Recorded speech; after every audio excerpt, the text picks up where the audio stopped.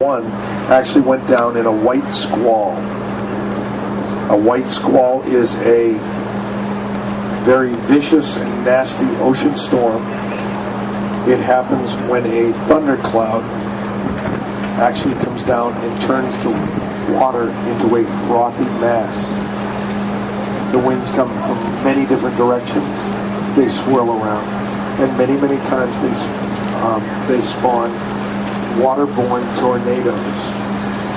These waterborne tornadoes are pretty short-lived because of the effect of the cold water, or water that's colder, coming up through the funnel cloud.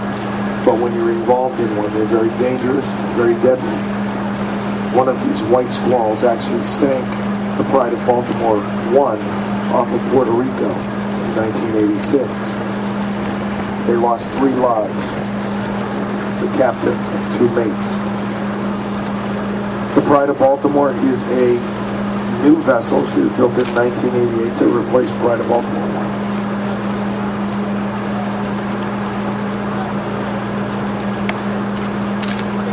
She's 179 feet long. She's 200,000 miles of travel promoting the Port of Baltimore. One of my favorite boats, all the boats with the pennants, just about 3:30, 4 o'clock on our right-hand side, just slightly inside, is the Peter Van Gonzig, and the crew's favorite boat in there is the Rona II. The Rona II is from London, England, part of the London sailing program. She is not a tall ship, she's actually a ketch. And the reason it's the crew's favorite ship is it has an all-female crew.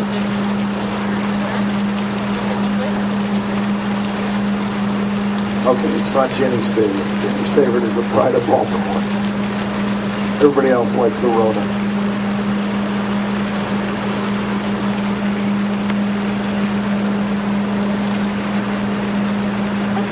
We've been very fortunate here in Boston to have such a perfect day today. And I want to thank all of the efforts of the Coast Guard, the Environmental Police, the Massport Police,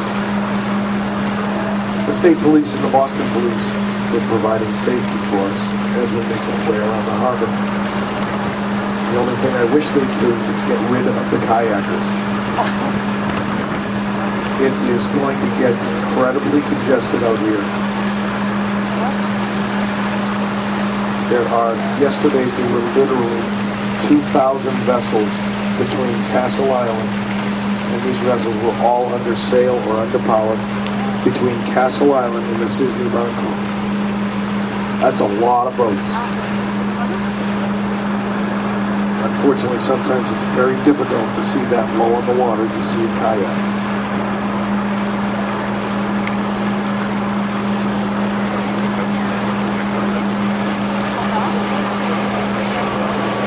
Now coming along, the Harvey Gamage is the vessel that is just nearest to us. She's the schooner. She is a classroom afloat for high school and college students up in Maine.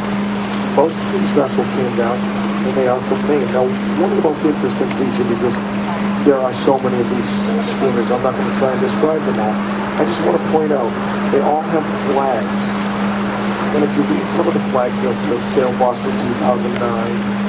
Some of them, like the American Eagle, have Sail Boston 1992, all the way up through 2009. They also have a Red Sox pennant, but they also have a Windjammer pennant. They have all kinds of different insignias. That's their badges of honor. They fly those to tell everybody where they were and what they did. What races they may have participated in, what races they may have won.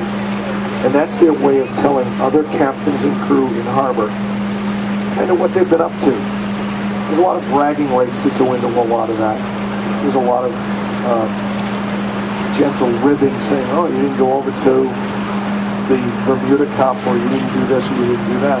And it's a way for captains and crews to kind of inspire each other and have more competition in a friendly way. Now you can see that the American Eagle is flying 4 or 5 of her. It looks like she has Sail Boston 1992, some kind of Windjammer event. There is a schooner There is a schooner race that happens off of P-Town every year in the either late in the summer or early in the fall.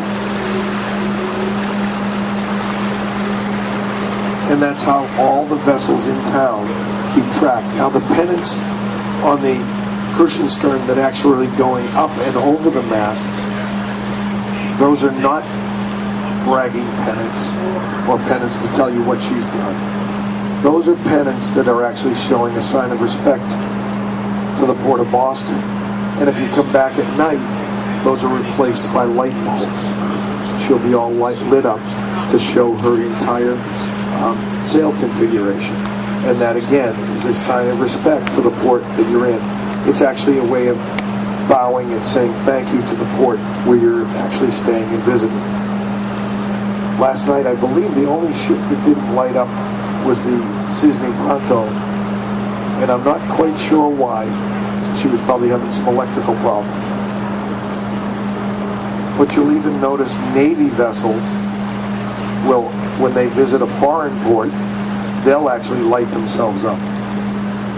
There's another way that Navy ships show respect to the port they're entering. It's called manning the rail. When a U.S. Navy vessel enters any port where they feel that they should respect that port, they take every sailor that's not on duty, watch, unwatch, driving the boat, manning the engines, and they stand in parade rest around every exposed surface of the boat. It's called manning the rail. I'll hold you up here for a couple minutes to get the peak down to enter into this channel. I'll hold you up here for a minute.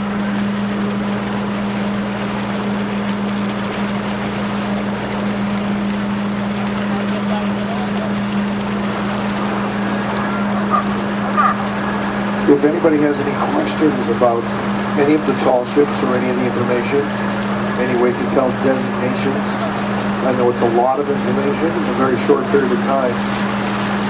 I hope it's made the cruise a little more enjoyable for you to be able to understand how these vessels work.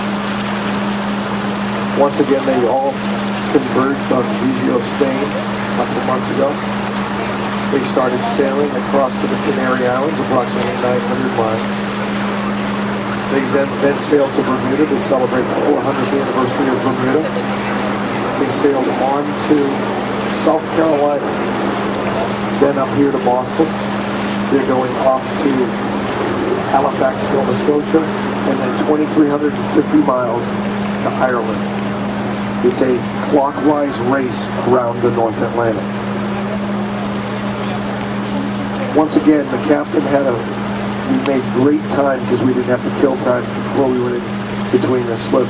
So the captain said that we were going to kind of come up here, take another look, and then spin around and go in.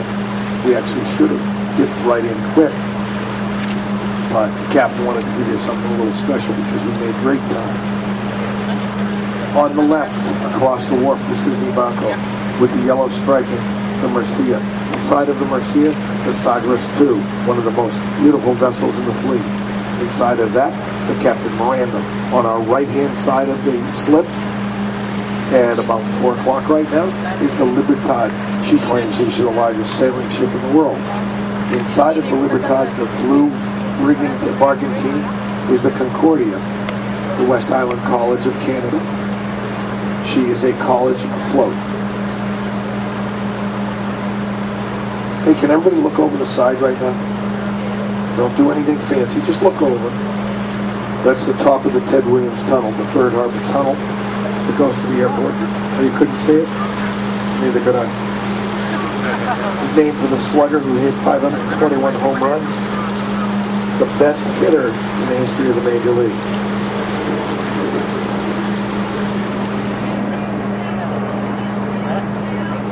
The question is, when they leave today, will they be under sail? Well, because of security concerns in Boston Harbor, it's captain's discretion. Usually what they have is a parade of sail where they all kind of demonstrate their seamanship one against the other. A few years ago, the year 2000, when the Grossflock and one of the other Russian vessels left harbor, they actually